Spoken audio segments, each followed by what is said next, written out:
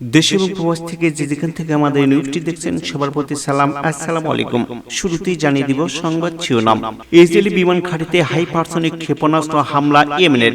অপরদিকে ভারত পাকিস্তানের মধ্যে উত্তেজনা কোন দিকে মোড় নিতে পারে, এবং সর্বশেষে জানিয়ে দিব একতরফা সিদ্ধান্তে ভারত বিশ্বে এক ঘরে হবে হুঁশিয়ারি বিলাল ভুট্টোর।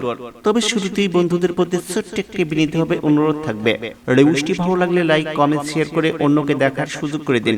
দেখুন বিস্তারিত। পহেলগামে হামলার পর থেকে ভারত পাকিস্তান গত কয়েকদিন ধরে তীব্র বাকযুদ্ধে জড়িয়েছে। প্রতিবেশী দুই পারমাণবিক শক্তিধর দেশের মধ্যে ক্রমবর্ধমান উত্তেজনা শেষ পর্যন্ত সামরিক পদক্ষেপে গোড়ায় কিনা, তাই চলছে ব্যাপক জল্পনা কল্পনা।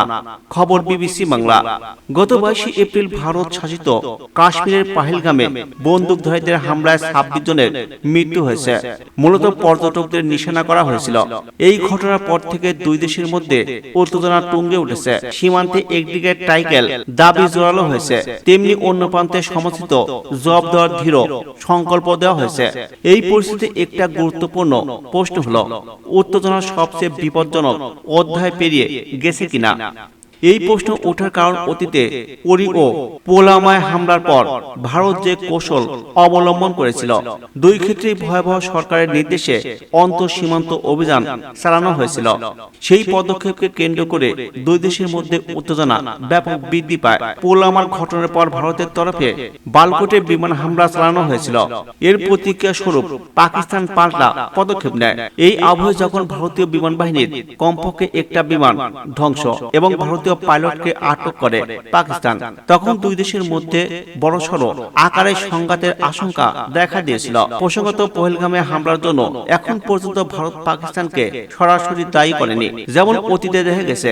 কিন্তু ভারত সরকার সিন্ধু জল বন্টন চুক্তি স্থগিত, প্রধান সীমান্ত ক্রসিং বন্ধ করা সহ একাধিক পদক্ষেপ নিয়েছে, যা এই হামলার জন্য ভারত কাকে দায়ী বলে মনে করছেন সে বিষয়ে একটা স্পষ্ট ইঙ্গিত দেয়। অপরদিকে একতরফা সিদ্ধান্তে ভারত বিশ্বে একঘরে হবে হুঁশিয়ারি বিলাল ভুট্টোর। পহেলগাম হামলার পর পাকিস্তানের দিকে অভিযোগ তুলে সিন্ধু নদীর পানি বন্টন চুক্তি স্থগিত করেছে ভারত। এই জয়ে পাকিস্তানের Peoples Party PPP chairman Bilal Bhutto Zardari বলেছেন, নয়াদিল্লি একতরফা পদক্ষেপ দেশীয় এবং আন্তর্জাতিকভাবে তাদের বিচ্ছিন্ন করে দিবে। শুক্রবার জিও নিউজের অনুষ্ঠানে আজ সাদেক খানজাদার সাথে বক্তৃতাকালে সাবেক পররাষ্ট্রমন্ত্রী বলেন, যুদ্ধের সময় এই ধরনের পদক্ষেপ নেওয়া হয়নি। ভারত এখন যা করছে তা নজিরবিহীন, এবং তারা সন্ত্রাসবাদের বিরুদ্ধে লড়াই করতে আগ্রহী নয় এবং রাজনৈতিক লাভের জন্য এটিকে কাজে লাগাচ্ছে। জিও নিউজের প্রতিবেদনে আরো বলা হয়েছে, ভারতীয় অবৈধভাবে অধিকৃত জম্মু ও কাশ্মীরে মারাত্মক বন্দুক হামলার পর পানি চুক্তি স্থগিত করেছে। এর আগে মঙ্গলবার পেহেলগামে এলাকা এক মনোরম স্থানে 6 জন পর্যটককে গুলি করে হত্যা করা হয়েছে। নিহতদের মধ্যে একজন নেপালি নাগরিকও ছিলেন। হামলার পর ভারত পাকিস্তানের বিরুদ্ধে একতরফা এবং তুচ্ছ পদক্ষেপ নেয়। পানি বন্টন চুক্তি স্থগিত করে, পাকিস্তানের সাথে প্রধান স্থল সীমান্ত ক্রসিং বন্ধ করে দেয়, কূটনৈতিক সম্পর্ক হ্রাস করে এবং ভিসা প্রত্যাহার করে। এর প্রতীকে পাকিস্তান ভারতীয় কূটনৈতিক এবং সামরিক উপদেষ্টাদের বহিষ্কারের নির্দেশ দেয়। অপরদিকে ইসরায়েলি বিমান ঘাঁটিতে হাইপারসনিক ক্ষেপণাস্ত্র হামলা ইয়েমেনের। ইয়েমেনের সেনাবাহিনী এবার ইসরায়েলি অধিকৃত দক্ষিণ নেগেল অঞ্চলে নিভাতিম বিমান ঘাঁটিতে একটি হাইপারসনিক ক্ষেপণাস্ত্র দিয়ে আঘাত এনেছে। ইয়েমেনি সামরিক বাহিনীর মুখপাত্র ইয়াহিয়া সারি শনিবার এর তথ্য নিশ্চিত করেছে। খবর মেহের নিউজের। ইয়াহিয়া সারি বলেছেন, গাজা নির্যাতিত জনগণের প্রতি সমর্থন জানাতে এবং ইসরায়েলি আগ্রাসনের মার্কিন সমর্থনের বিরুদ্ধে প্রতিক্রিয়া স্বরূপ এই হামলা চালানো হয়েছে। ইয়েমেনি মুখপাত্র বলেছেন, এই হামলার একটি 2 হাইপারসনিক ক্ষেপণাস্ত্র ব্যবহার করা হয়েছে, যেটি সফলভাবে লক্ষ্য বস্তুতে আঘাত আনতে সক্ষম হয়েছে।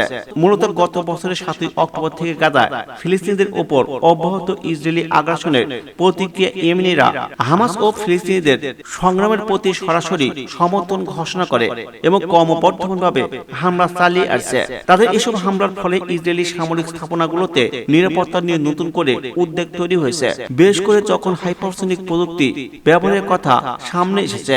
নিউজটি সম্পূর্ণ দেখার জন্য ধন্যবাদ। আমাদের পরবর্তী বাংলা নিউজ আপডেট পেতে আমাদের চ্যানেলটি সাবস্ক্রাইব করে আমাদের সঙ্গে থাকুন এবং কমেন্টের মাধ্যমে জানিয়ে দিন আপনার মূল্যবান মতামত। ধন্যবাদ।